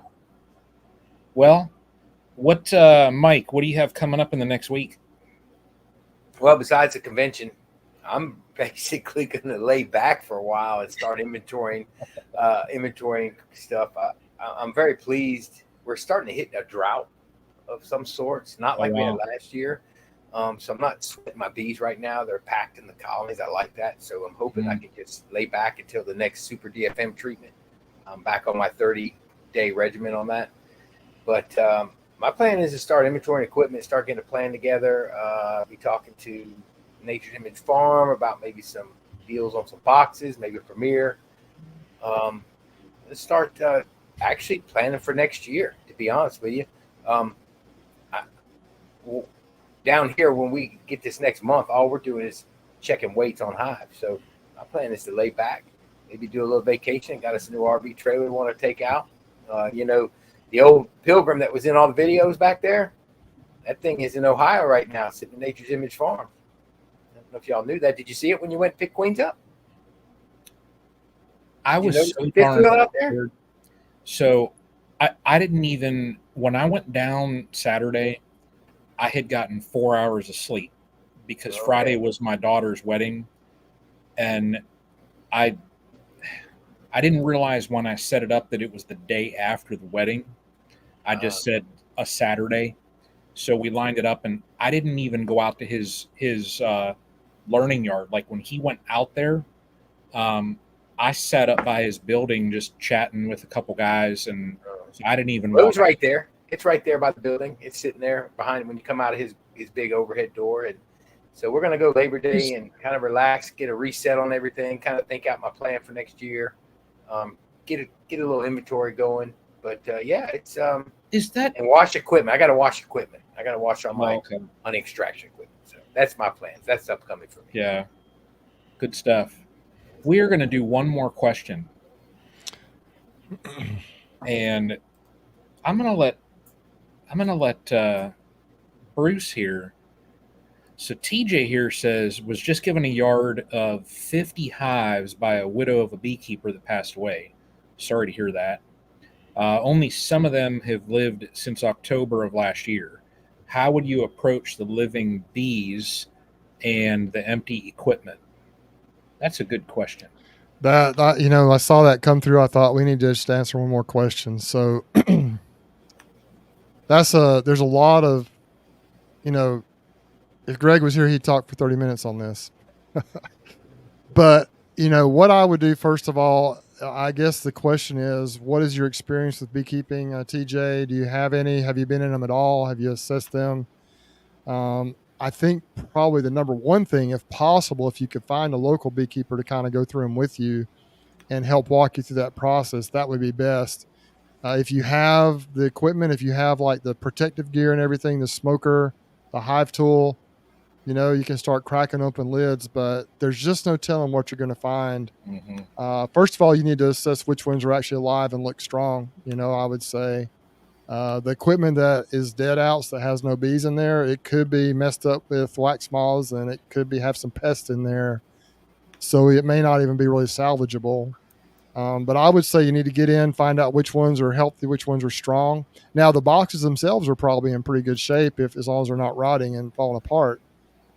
So you're a beekeeper for 5 years, so you know what you're looking at. Then that's actually a bonus. Mm-hmm. But I would assess the health of the colonies. Do that first. See which ones are strong, and then clean up any equipment that's not salvageable. Just kind of get rid of it. Dispose of that if the frames are all really messed up and everything. But I would find out. Mike, I'm not sure what you guys would say, Mike and Brian, but I would just assess what you have first of all. Which ones are strong? Which ones look healthy? Assess for mites. See what your situation is with pests, and then just start treating them. Like you treat your own colonies. It might be a good idea if you're planning on leaving them that location, that would be great. Or if you can just kind of keep them there long enough to get an assessment of what you're dealing with. Because if you bring them back to your bee yard, and you have some unhealthy bees, you have some issues, that might create a problem. If you bring them back to your bee yard and they have an attitude you don't like, or they're not a strain of bee that you like, and then you bring them back and they start mating with your queens next year, you could have a problem. Ask me how I know. I've got so many different breeds of bees in my bee yards, but that's what I would say. What do you think, Mike? Yeah, I mean, I agree with everything you said. It's just it's a big undertaking though, and it's a lot of equipment that he's talking about. He's assuming there's wax moth damage for all the dead outs and the things that are bad. Another thing I noticed, just you and I have both done abandoned hive videos, and sometimes those bees are a big mess when you try and pull them apart. So if you're going now during robin season, you might want to set them where you need to set them, and don't try and tear them apart, because you'll be tearing honey and bridge comb apart, and it's a bunch of mess. Something I did learn about equipment and viruses, outside of American foul brood and maybe a recent case of European foul brood, any viruses won't carry over. They have to have a host. But if you're bringing back bees that may have mite infestations and are about to die out, you're also bringing back mite bombs. So it's just I don't know. It's a lot to think about. But you just gotta manage your risks, assess your risk, manage your risks, and decide what your goal is with them. One thing you could do ASAP. Yeah, one thing you could do is you can walk through the bee yard and see if they have no bees coming out of them at all. You can crack the lid and you can determine if they have bees in there or not. You can determine if they're dead outs or not. You can do that first of all. Maybe get that equipment out of there. The live bees, you could, like Mike said, you could leave them together, or you could bring them to a spot wherever you want to have them, and maybe just, I'm not sure what your situation is if you open feed or what you do, but maybe just set some food out for them. If there's a flow of some kind going on, it may not be as big a deal to crack them open, but I can't, for me, my personality is I got to get in them. So I would probably just risk it, but it might be a good idea to do more like what Mike said and just kind of leave them be until you're in a situation to where you don't have a robbing frenzy type situation. But, you can, if you're feeding your bees, there may not be too much of a robbing frenzy if you do that, at least in my experience. If they're happy bees, they're not going to be out there testing. Fat and happy bees typically don't get too crazy and violent, but I don't know. That's just what I would do. I would just assess what you got, and then I would eliminate any equipment or get rid of any equipment that's not reusable, and then just start addressing the bees and taking care of them. It may take a little time to get everything straightened out and figured out, but that might be a really golden opportunity for you to be able to increase what you're doing and just have an interesting story to tell and a process to go through to learn a lot about bees. Yeah, I'd definitely go get them though. I would definitely get them. If I had that opportunity, I would be over there quick. Listen, even if I had to set up a yard somewhere else, I'd get them. Even if they're not healthy and they don't make it, you still have all that equipment. You have all the boxes. Right. You have all the. That's right. So there's a lot of advantages, but I imagine you'll end up with some good stuff. But yeah, TJ says Mike made a good point. Mike always makes good points. Yeah, I'm winging it, man. Famous. He asked, would you treat the woodenware somehow? I mean, I've known like people that take a torch to it and just kind of, but I don't know that you have to do that. I don't know. What I mean, a lot of people are real nervous about getting old equipment, and maybe I'm not as nervous about it as I should be, but I don't worry as much. I worry more about the comb and stuff than I would about the boxes, but I guess there's always a risk.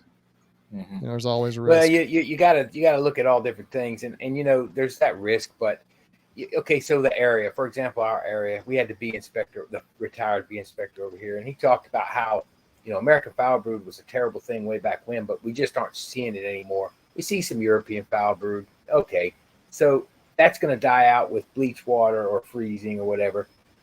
If the area hasn't seen American foul brood on a regular basis, you're probably 95% safe on that. And if you're worried, you torch the box a little bit. Other than that, viruses won't pass through the wax. If there's no bees, the viruses have to have the bees. Learned that the other night at the meeting with Dr. Harris. So that's not a concern. EFB, okay, so what I would do is I'd maybe take a water bleach solution and bleach them if you're really nervous. But I'm kind of like Bruce. I've gotten to the point where now, that's not saying that it's not going to happen, but I don't know. I'm just not terribly nervous about it. I'd be more worried about moving them and opening them up and busting all the comb apart. because I've done that before. I had an abandoned hive. I opened it all up. I got honey going everywhere, and robbing starts. That hive didn't make it well. Yeah. So that's my only. But I'd be all over. I'm like you, Bruce. If that equipment, like at a minimum, if there were no bees in any of it, at least I got a good shot at some equipment. But like you said, there's going to be some bees in them, and you're going to get some bees and equipment, and it's going to be like Christmas in August.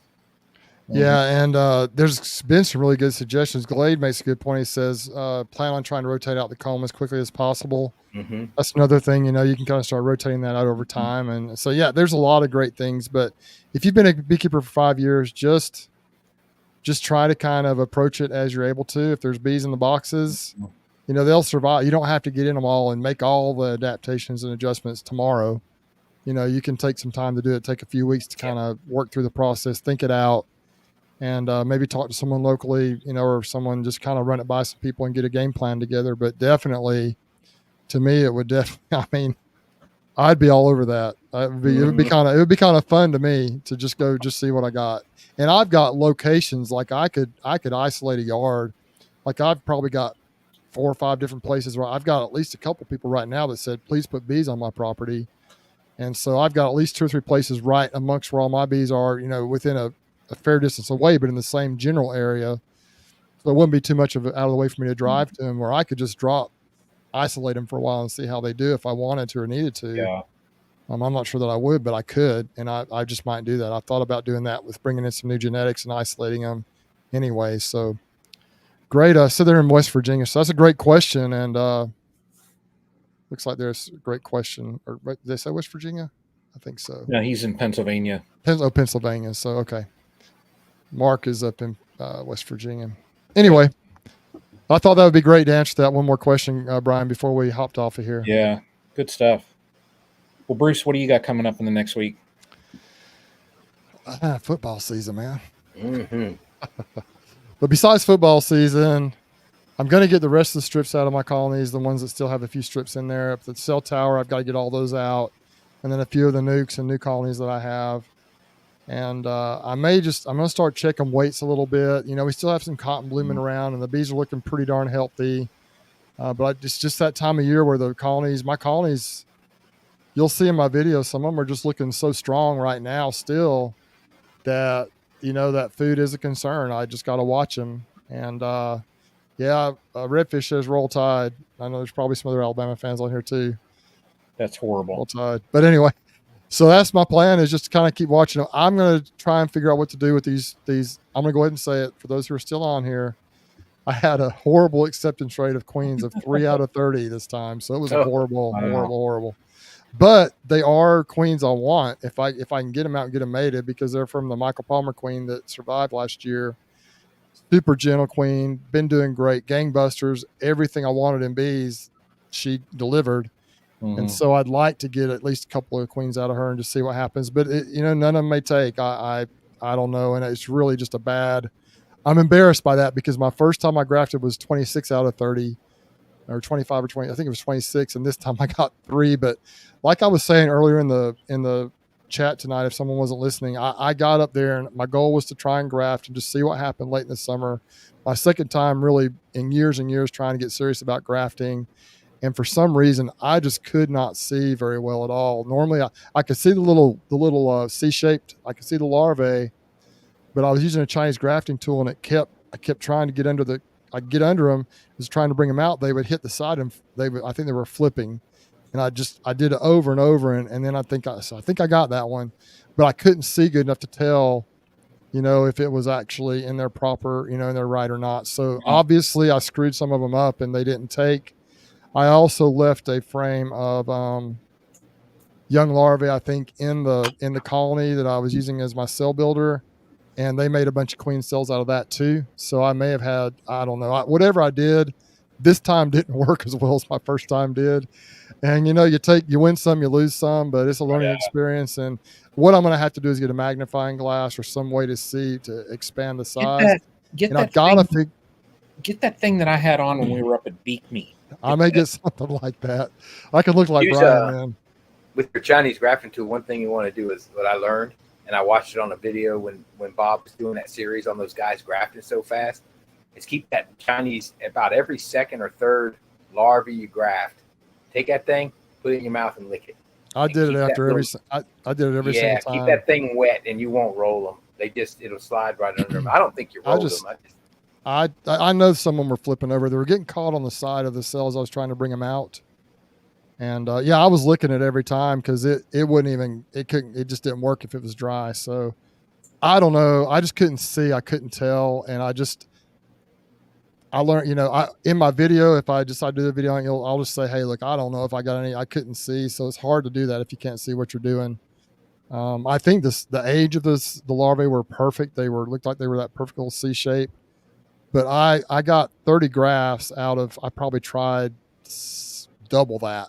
And I still only end up with that success rate. And it was probably a combination of poor grafting, and then maybe they just chose their own over that too, with the ones that were in the frame that was in there. And so it was a total disaster. But if I get one really nice queen out of it somehow that ends up carrying that genetic line along, I'll be okay with it. But I would have rather had more like 15 or 20 or more, but that didn't happen.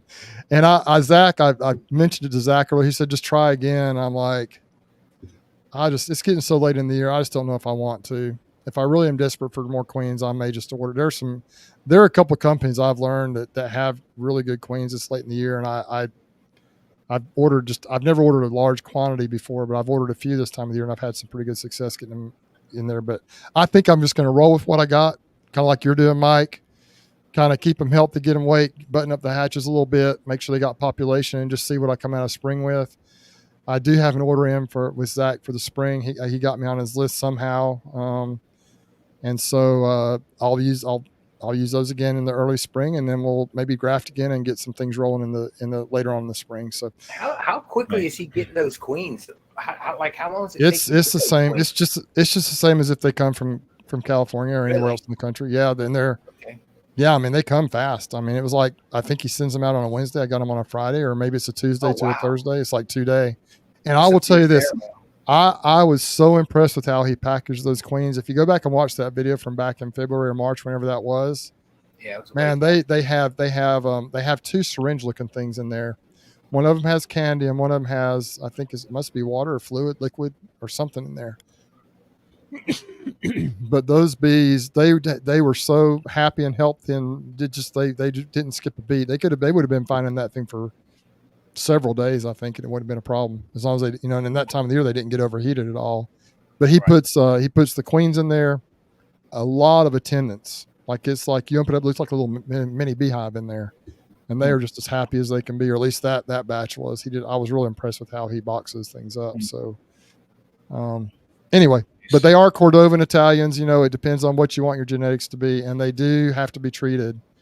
They do have to be treated for mites. And so if you're looking for Caucasians or Carniolans or Russians, that's not what they are. But if you're looking for bees that really just kind of build up quickly and produce a lot of brood factories, and are going to make you a good amount of honey, then they did a good job for me this year. And like I say, some of them are starting to fade a little bit. Could be some mite issues, could be some other issues. I don't know. It's a tough time of the year, but boy, they saved me this year, honestly, as far as getting the number of colonies up and getting the production I needed to make the honey I needed to make this year. I was real impressed with them. Good stuff. Anyway, we're getting on in time here, but yeah, I tell you up here, I just in the next week it's going to be fill buckets and get these darn things hopefully moving into the flow. I see that our goldenrod and that is getting close, so hopefully we'll get into a little bit of a flow here soon. But I hit all mine. Like I'm in my like OA regiment now though too. So I use August as a month where I get the old instant vape out and run through just to keep the mites under control this time of year. But fun stuff though around here. So we'll see how it all works out. We'll see. I got just a couple other things that I got to clean up, and I don't know how much fall honey I'm going to mess with. So, I'd like to get if I can get a bucket of fall honey, I would be more than content, but I don't know. So we'll see. I just want to have healthy colonies to get through the winter. So, but that is all. So we're going to be on your channel next week, huh? Yeah. There we go. Well, Mike, I am going to say thank you for joining us, buddy. Oh, I appreciate y'all having me. Yeah. You actually caught me one of the few nights I was done by like 7. I'm usually out till dark every night, but things are slowing down. Thank goodness. Thank goodness. Yeah, no, it's good stuff. Good having you on. So everybody, we will, appreciate everybody joining in. We'll see everybody next week on Bruce's Bees, and the discussion that we'll have next week, I don't know. Yeah. You're going to have to tune in. Hey, and if you get a chance, for those who may not have been here earlier, if you get a chance to go and watch that video I did with Bracken, the interview with Bracken Barker for Barker's Bees and Honey. Definitely. That video is something that needs to be seen, I think, by a lot of people. Mm-hmm. Everyone knows people who are struggling, or you might be struggling yourself. And Bracken is a story of redemption, someone who overcame a lot, and now he's come out the other side of it. He's just doing tremendously well. And the bees, actually, he'll give them credit. Obviously he had other things that happened in his life. He had good support system around him with family and friends.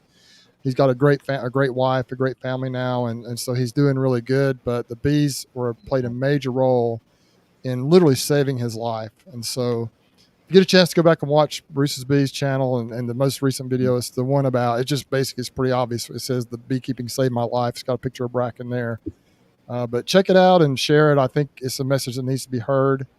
And whether or not it's bees that help save your life, people need to find something. There is hope. We need you to be here. We need you to stick around. We need you. And so the world needs you. So don't give up hope, and please reach out and support anyone else who may need that hope in whatever way you can. Mm. And on that note, man, Brian, I guess we'll just close it out. What is it Greg says? Be the lighthouse and be the change you want to see in the world. Isn't that what he says? Bingo. Like that. All right, hit guys. the nail on the head. So on that note, everybody, we will see you next week. I'll take care. Thanks.